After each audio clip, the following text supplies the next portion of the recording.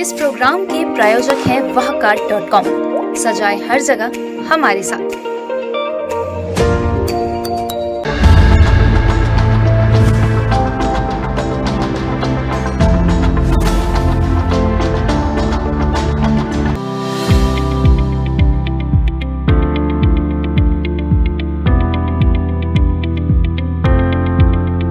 नमस्कार, मैं Yashvardhan उमक। Indian news के इस खास कार्यक्रम जानना जरूरी है में आप सभी दर्शकों का स्वागत है। आज हमारे बीच मौजूद है दुर्ग जिले के पशुधन विकास विभाग के उप संचालक डॉक्टर राजीव देवरस जी का। राजीव सर, आपका स्वागत है इंडियन न्यूज के इस खास कार्यक्रम में। सभी को बहुत बहुत धन्यवाद जी। तो राजीव जी, पशुधन विकास विभाग क्या है और क्या कार्य करता है? देखिए, पशुधन विकास विभाग का जो मुख्य काम है वो तो ये है कि जो बीमार पशु हैं उनका इलाज करना है जी। और जो संक्रामक बीमारियां होती है जो वायरस से फैलती है, बैक्टीरिया से फैलती है, उनके रोकथाम के लिए टीकाकरण करना है जी। जैसे गलघोटू है, एक टंगिया है, FMD यानी खुरा चपका है। जिस प्रकार की जो बीमारियां, घातक बीमारियां हैं, उसका रोकथाम के लिए टीकाकरण करते हैं और जो बीमार पशु है उसका उपचार करते हैं जी। और क्या क्या योजनाएं हैं आपके विभाग द्वारा जो एक आम जनमानस तक आप पहुंचा सकते हैं? क्या योजनाएं हैं, उनके बारे में जरा कुछ बताइए। जी, जैसे मैंने आपको बताया कि हमारे जो मुख्य काम वो बताया मैंने, इसके साथ ही साथ हमारे विभाग के द्वारा नस्ल सुधार कार्यक्रम चलाया जाता है जी। हमारे छत्तीसगढ़ में जो पशुधन है, गाय भैंस जो है, उनका नस्ल थोड़ा सा इंफीरियर क्वालिटी का है जी। इनमें दूध उत्पादन क्षमता उनकी कम रहती है जी। तो इसके सुधार के लिए हमारे विभाग के द्वारा कृत्रिम गर्भाधान किया जाता है जी। और साथ ही साथ नस्ल सुधार के लिए हम लोग गाँव में उन्नत नस्ल के सांड भी उनको प्रदान करते हैं जी। तो कृत्रिम गर्भाधान और प्राकृतिक गर्भाधान दोनों के माध्यम से हमारे विभाग के द्वारा नस्ल सुधार कार्यक्रम चलाया जा रहा है जी। जैसा आपने बताया कि चिकित्सा एक मुख्य कार्य है इस विभाग का, जैसे संक्रामक हुई बीमारियां, जैसा आपने बताया, उल्लेख किया, तो जो अभी लंपी वायरस चल रहा है जी, तो उसके बारे में आप थोड़ा दर्शकों को बताइए, क्या है लंपी वायरस और कैसे इसके लिए आपका विभाग काम कर रहा है? जी। अभी कुछ दिनों पहले हमारे पूरे मतलब देश में कई राज्यों में ये बीमारी फैली थी जी। तो हमारे छत्तीसगढ़ में भी कुछ जगह ये बीमारी आई थी, हमारे जिले में भी कुछ जगह ये हुआ था जी। तो ये मुख्यतः विषाणु जनित बीमारी है, विषाणु से यानी वायरस से फैलती है ये। तो ये बीमारी दूसरे राज्य से आई थी, जैसे दूसरे राज्य से जो पशुधन यहाँ बिकने के लिए आते हैं जी। तो उनके माध्यम से ये यहाँ पर फैली है बीमारी वो जी। तो उसके रोकथाम के लिए हमारे विभाग के द्वारा टीकाकरण किया जाता है जी। और हमारे विभाग के द्वारा भी लगभग 2 लाख से अधिक टीकाकरण किया जा चुका है जी। और जो बीमार पशुधन है उनका सबका इलाज कर दिया है और आज की स्थिति में ये बीमारी हमारे जिले में नहीं है, हमारे राज्य में नहीं है जी। क्या ये बीमारी केवल मवेशियों को ही होती है, गाय हो गए या भैंस हो गए, इन्हीं को होती है, या जी हाँ, ये बीमारी सिर्फ उन्हीं को, बकरी वगैरह गाय भैंस को इससे होती है? संक्रमित होते हैं? बकरी में इसके आसपास की बीमारी होती है, उसको गोट पॉक्स बोलते हैं। ओके। वो भी लगभग ऐसी होती है। तो ये उसका म्यूटेटेड वर्जन है लंपी वायरस? ऐसा हाँ, उसे कम्यूटेड है उसे। हाँ, उसमें वैक्सीन भी हम लोग गोट पॉक्स के लगाते हैं, जो गाय में हम लोग जो वैक्सीन लगाते हैं जी, गोट पॉक्स का ही वैक्सीन उसमें लगाते हैं जी।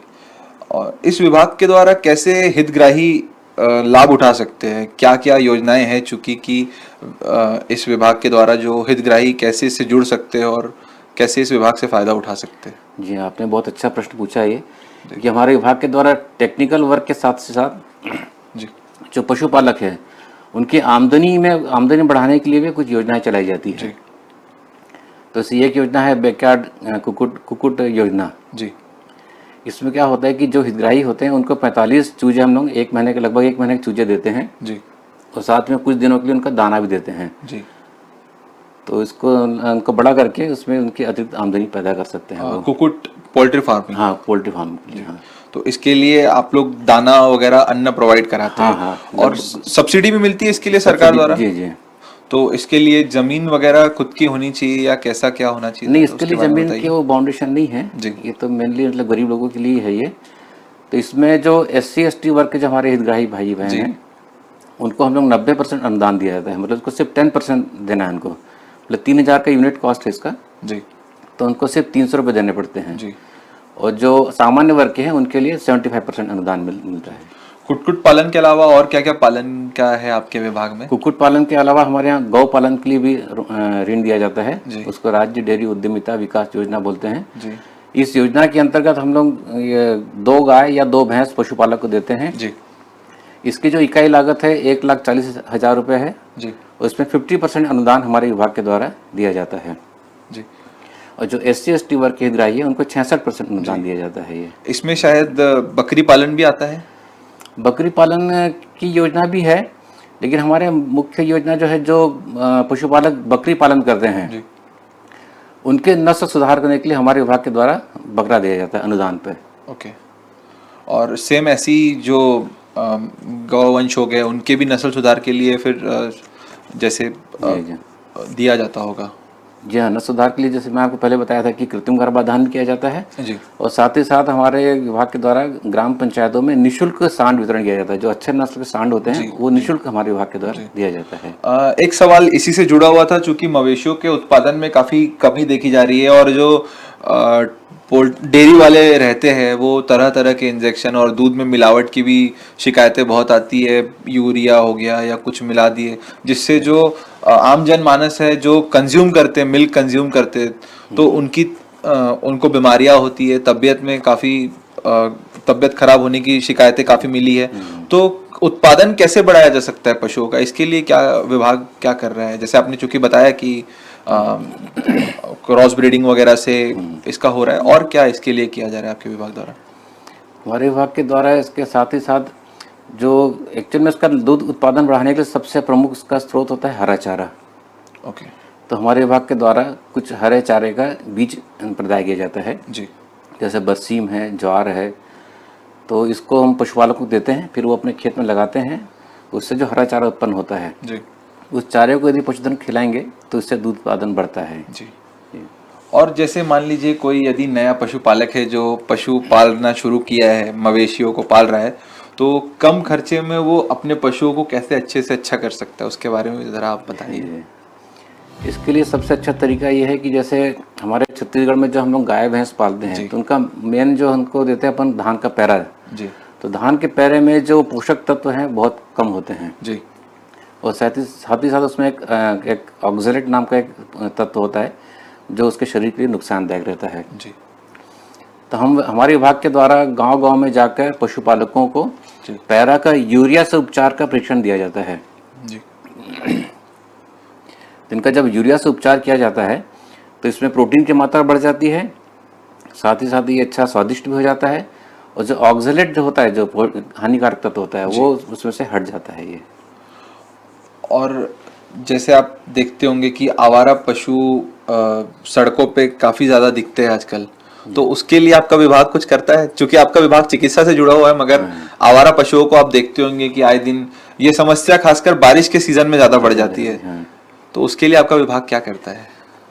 आवारा पशुओं के लिए तो हमारे विभाग के द्वारा वैसे डायरेक्ट योजना नहीं है जी। ये काम मुख्यतः नगर निगम का और ग्राम पंचायत का है। तो गांव में जो है पंचायत वाले इसको कांजी हाउस में रखते हैं जी, और शहरों में जो नगर पालिका वाले होते हैं वो भी अपने अपना अलग अलग शेल्टर हाउस बना के रखते हैं जी। कांजी हाउस में उसको रखा जाता है और वहाँ पर यदि कोई बीमार होता है पशु तो उसका उपचार हमारे विभाग के द्वारा किया जाता है। कई बार आम जनमानस चाहता है कि वो एक पशु की या जानवर की मदद करे, कई बार एक्सीडेंट हो जाता है या कुछ हो जाता है या वो देखता है कि जानवर रोड में पड़ा है, तो ऐसे वक्त एक आम जनमानस को क्या करना चाहिए या आपसे कैसे सहायता ले सकता है आपके विभाग द्वारा? इसमें देखो हमारे विभाग के द्वारा एक मोबाइल यूनिट चलाई जाती है जी। मोबाइल इकाई है, तो इसमें यदि हमको कहीं से सूचना मिलती है कि इस जगह पे पशुधन का एक्सीडेंट हो गया है या पशु बीमार है, तो हमारे जैसे हमको खबर मिलती है तो हमारे विभाग की जो एक टीम बनी हुई है वो टीम तुरंत वहाँ जाके स्पॉट पे जाके उसका उपचार करते हैं। अब वक्त हो चला है एक ब्रेक का, बने रहिए इंडियन न्यूज़ के साथ।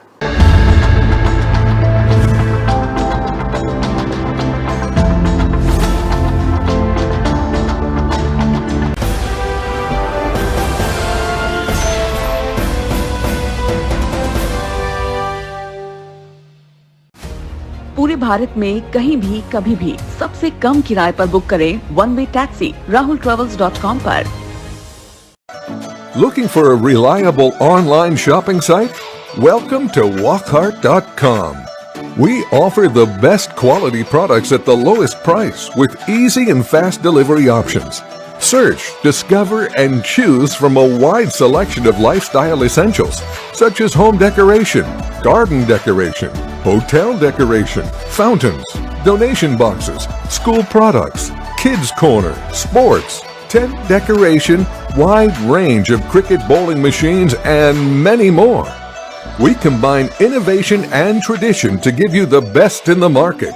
Interior designers may contact to be our privileged customer on 74005. 74005.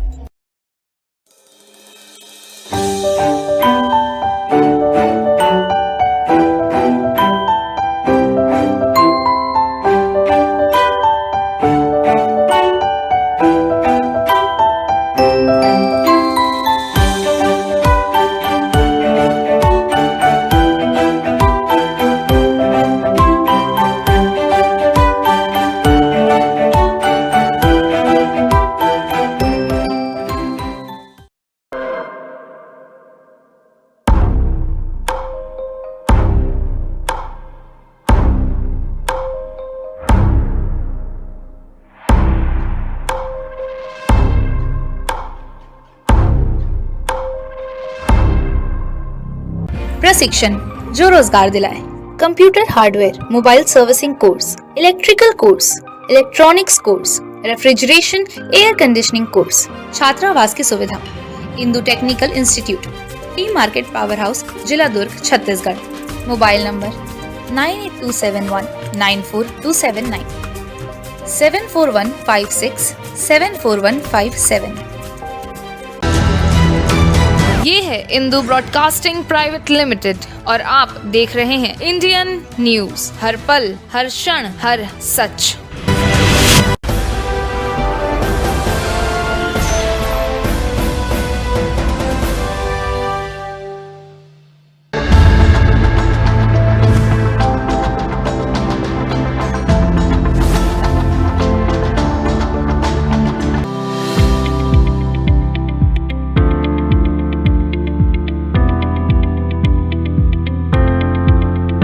Break के बाद आप सभी दर्शकों का स्वागत है जानना जरूरी है में। हमारे साथ मौजूद है डॉक्टर राजीव देवरस जी। डॉक्टर साहब, जो गवर्नमेंट हॉस्पिटल्स रहते हैं, गवर्नमेंट पशु चिकित्सालय, वहाँ पे क्या क्या एक आम जनमानस यदि अपने पशु को ले जाता है तो क्या क्या उसके राइट्स है, क्या क्या, और इलाज में कैसे क्या है, इलाज के लिए क्या व्यवस्थाएं रहती है, उसके बारे में थोड़ा हमारे दर्शकों को बताइए। हमारे जिले में हमारे पशुधन विकास विभाग के कुल 16 पशु चिकित्सालय संचालित हैं जी। और जो ग्रामीण क्षेत्र में जो है पशु औषधालय होते हैं जी। तो लगभग हमारे 26 पशु औषधालय गांव-गांव में काम कर रहे हैं। तो यहाँ पर क्या होता है कि जैसे आप कोई भी जानवर बीमार है तो आप उनको वहाँ पर अस्पताल में लेके जाएंगे तो उसका 5 रुपये की पर्ची, शहर में जो है 5 रुपये की पर्ची कटती है, जो कि पशु कल्याण समिति की रहती है, उसमें वो शुल्क जाता है, सरकार के पास जाता है पैसा वो। और जो भी दवाइयाँ उपलब्ध होती है, जो बीमार होता है बीमारी के अनुसार जो भी दवाइयाँ उपलब्ध होती है उनको निःशुल्क दिया जाता है वो जी।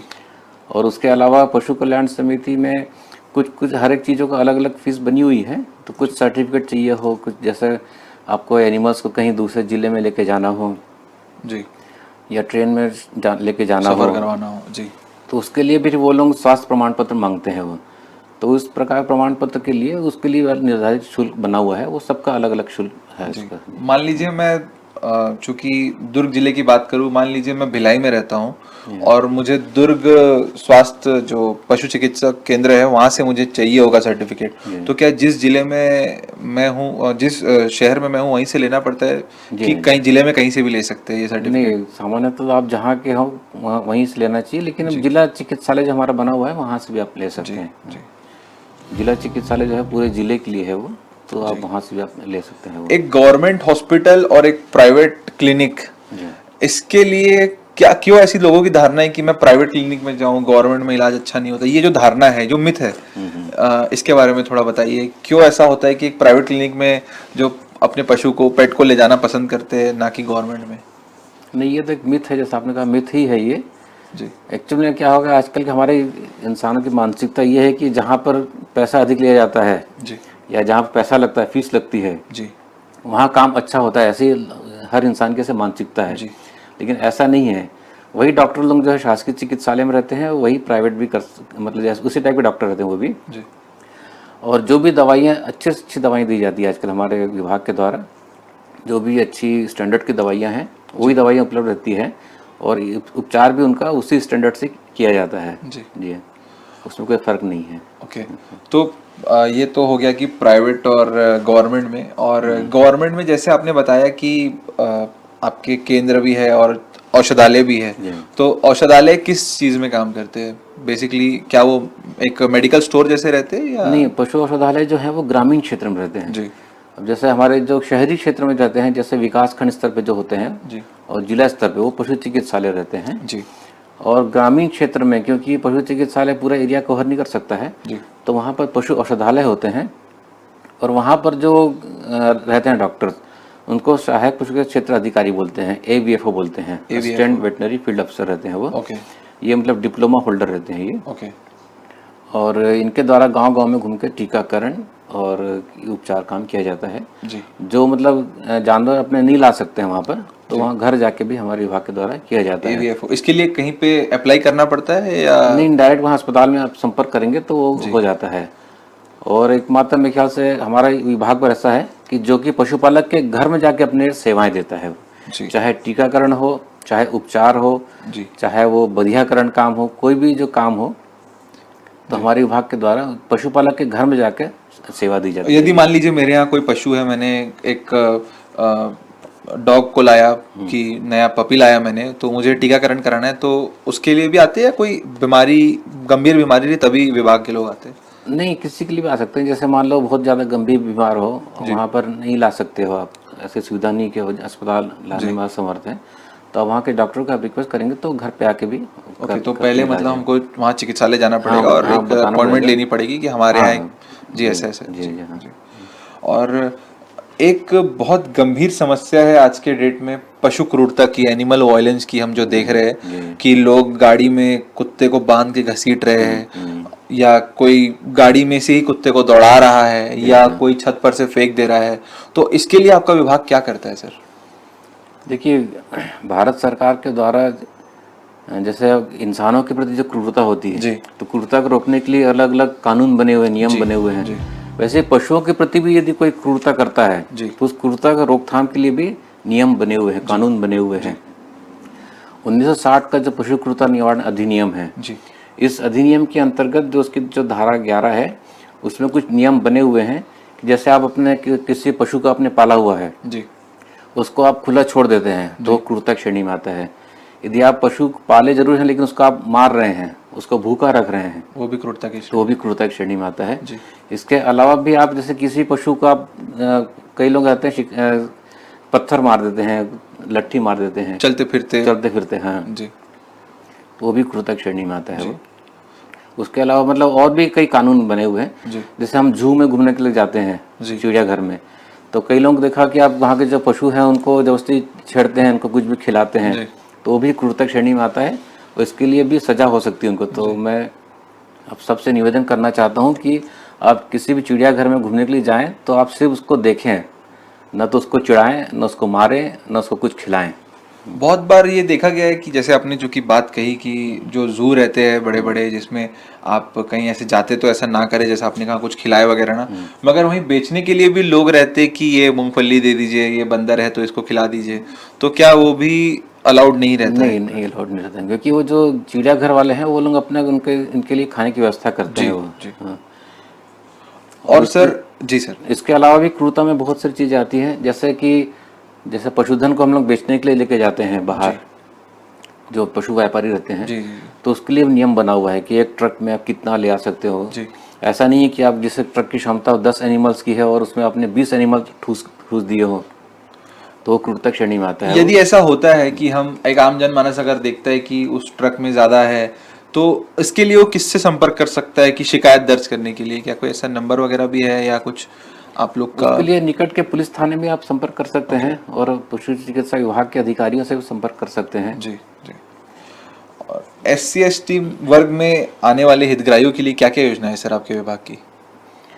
जैसे मैंने आपको पहले बताया था, हमारे विभाग की जो योजनाएं हैं वो सभी वर्ग के लिए है। जैसे मैंने आपको बताया बैकयार्ड कुक्कुट पालन योजना है, तो बैकयार्ड कुक्कुट पालन योजना जो है वो सामान्य वर्ग के लिए भी है और SC/ST वर्ग के लिए भी है। उसमें ये है कि SC/ST वर्ग के लिए जो अनुदान है वो ज़्यादा है, वो 90% अनुदान है और सामान्य वर्ग के लिए 75% है जी। इसी प्रकार हमारे जो पशुपालक भाई जो शूकर पालन करते हैं जी। जो जनरली वो देशी नस्ल शूकर पालते हैं वो, तो उनकी नस्ल सुधार के लिए भी हमारे विभाग के द्वारा नर शूकर दिया जाता है, जो अच्छी नस्ल का नर शूकर होता है वो दिया जाता है वो जी। और उसके अलावा जो शूकर पालन व्यवसाय अपना चालू करना चाहते हैं उनके लिए भी योजना है, इसको शूकर त्रयी योजना बोलते हैं, है ना, ट्राई योजना बोलते हैं। उसमें 2 फीमेल और 1 मेल उन्नत नस्ल का, तीनों उन्नत नस्ल रहते हैं, वो उनको दिए जाते हैं वो, उसमें 9,000 का अनुदान दिया जाता है जी। ये योजनाओं की जानकारी और कैसे ले सकता है जो हितग्राही है, यदि वो अपना नया व्यवसाय इस क्षेत्र में करना चाहते हैं, तो कहीं आप लोग कैसे गाइड करते हैं या एजुकेट करते हैं उन लोगों को, कहीं ऐसी सुविधा है आपके वैसे तो विभाग हमारे द्वारा? विभाग के द्वारा गांव-गांव में हम लोग शिविर लगाते हैं, पशु चिकित्सा शिविर लगाते हैं, तो शिविर में भी जो हमारे विभाग की योजना है उस योजना के बारे में हम लोग पशुपालकों को जानकारी देते हैं।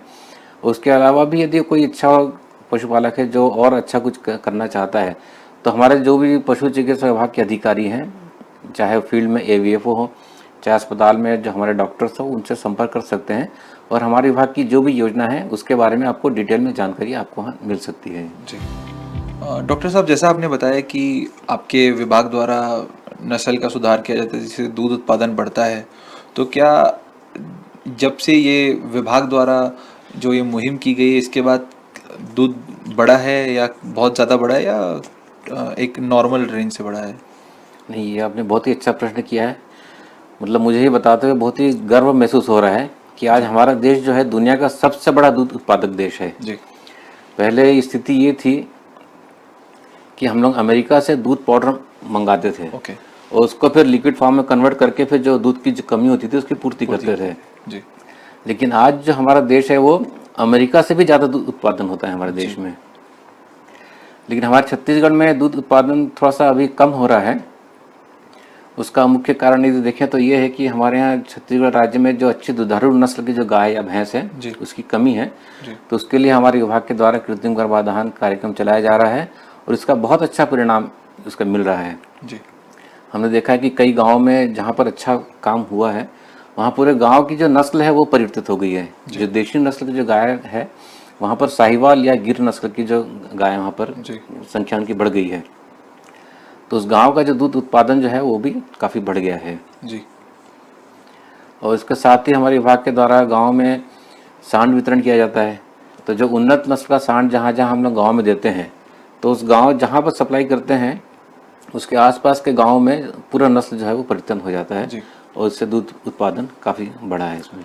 जो जैसा कि कई बार हम देखते हैं कि जो पशुपालक रहते हैं, बेसिकली जो दूध बेचने वाले रहते हैं, वो अपनी गायों में इंजेक्शन वगैरह लगाते हैं, तो क्या इससे आने वाले समय में जो गायों की नस्ल भी आ रही है, उनके जो बच्चे भी रहते हैं, तो उनमें कुछ कमियां पाई जा रही है इस वजह से, जो ऐसे अवैध तरीके से काम करते हैं?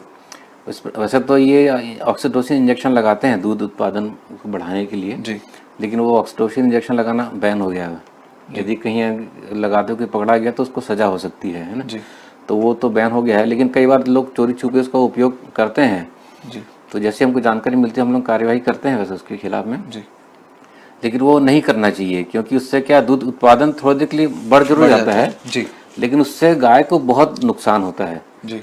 उसके जो साइकिल है, हार्मोन साइकिल है, वो पूरी डिस्टर्ब हो जाती है वो, और आने वाली जो उनकी नस्लें हैं उनमें भी खराबियां, उसके लिए भी मतलब परेशानी हो जाती है जी। और साथ ही साथ ये जो हार्मोन लगाते हैं जी। वो उसके दूध के साथ भी कुछ मात्रा आती है जी। तो वो जो उसका कंजम्पशन भी ह्यूमन बीइंग जो करते ही हैं जी। तो उनको भी उससे नुकसान पहुंचता है वो। हम आजकल देख रहे हैं कि बहुत सारी बीमारियां बढ़ गई है और लोग खुद ही के घर में फार्मिंग कर रहे हैं और दूध से भी यही एक लोगों को डर है कि दूध में मिलावट होती है, कलर मिलाए जाते हैं, तरह तरह की भ्रांतियां भी रहती है और इसमें बहुत कुछ सच्चाइयां भी रहती है कि ये डेयरी वाला इसमें पानी मिला दे रहा है। पानी तक तो ठीक है, हमने बहुत सारे वीडियो देखे होंगे कि तरह तरह की चीजें मिला के दूध को गाढ़ा किया जा रहा है, दूध बेचा जा रहा है। तो और इससे जो इंसान है उनके ऊपर एक बहुत गलत प्रभाव पड़ता है, क्योंकि बच्चे पीते हैं, बड़े पीते हैं, बुजुर्ग पीते हैं। तो इसके लिए क्या आपका विभाग कुछ करता है या क्या एक्शंस लेता है आपका विभाग इसके लिए? वैसे जो दूध में यदि कोई मिलावट है जी। तो उसकी मिलावट के लिए जो हमारे छत्तीसगढ़ शासन का जो डेयरी विभाग है जी वो डेयरी विभाग वाले इसको चेक करते हैं। जी और जनरली छत्तीसगढ़ में मिलावट तो हो सकती है, पानी मिलावट, लेकिन जो केमिकल और जो यूरिया जो जैसे अन्य प्रांतों में होता है जी उस प्रकार की घटनाएं अपने राज्य में बहुत कम होती है वैसे। जी तो उसके चेक के लिए जो डेयरी विभाग है, डेयरी विभाग वाले उसको चेक करते हैं, वो चेक करके पता कर लेते हैं कि इसमें कुछ सिंथेटिक चीज़ मिली हुई है, कोई यूरिया मिला है ना जी। उसकी चेक करते हैं उन्होंने। डॉक्टर साहब, एक योजना है नरवा गरवा गुरवा बाड़ी, चूंकि हमारे मुख्यमंत्री भूपेश बघेल जी ने ये योजना लाई, तो उसमें नरवा गरवा और बाड़ी तो आपके विभाग से कनेक्ट नहीं करता, मगर जो गुरवा है वो आपके विभाग से कनेक्ट है, तो उसके बारे में ज़रा हमारे दर्शकों को बताइए। यहाँ ये छत्तीसगढ़ शासन की बहुत ही अच्छी योजना है। इसमें जो गरवा जो है वो गरवा हमारे विभाग से संबंधित है। जी तो इसमें जो गौठान में जो भी पशुधन आते हैं जी उनका हम लोग उपचार करते हैं, वहाँ पर हम लोग बधियाकरण करते हैं, और जो भी टीकाकरण है टीकाकरण वहाँ हम करते हैं, और नस्ल सुधार के लिए हम कृत्रिम गर्भाधान का भी वहीं पर करते हैं। जी हाँ, तो मतलब हमारे विभाग से संबंधित जो भी योजना है, जैसे मुर्गी पालन है, बकरी पालन है, डेयरी पालन है, जी तो ये पालन जो है गौठान के अंतर्गत किया जाता है। जी तो इसमें जो भी महिला स्व सहायता समूह होते हैं जी जो उससे जुड़े हुए होते हैं, जी तो उनकी आमदनी में इससे कारण वृद्धि हो रही है। हो रही है। तो एक प्रकार से देखा जाए तो गुरवा के साथ साथ जो इस विभाग से जुड़ी हुई योजनाएं हैं उसका भी हम लोग संचालित वहाँ जी, करते हैं। और जब से ये योजना चालू हुई है, नरवा गरवा घुरवा बाड़ी योजना, जी तब से हमारे प्रदेश के दूध उत्पादन में बहुत वृद्धि हुई है। जी लगभग 25% दूध उत्पादन हमारे प्रदेश का पिछले 3 सालों में बढ़ा है। जी। नरवा गरवा गुरवा बाड़ी योजना की वजह से। जी डॉक्टर साहब, धन्यवाद आपका इंडियन न्यूज़ को टाइम देने के लिए। बहुत बहुत धन्यवाद इंडियन न्यूज़ चैनल को, और आप सभी को, पूरे टीम को बहुत बहुत धन्यवाद। जी, तो ये थे हमारे साथ पशुधन विकास विभाग के उप संचालक डॉक्टर राजीव देवरस जी। ऐसे ही हम और शख्सियतों को आपसे मिलने के लिए लाएंगे हमारे कार्यक्रम जानना ज़रूरी है में। मुझे दीजिए इजाज़त। नमस्कार। नमस्कार।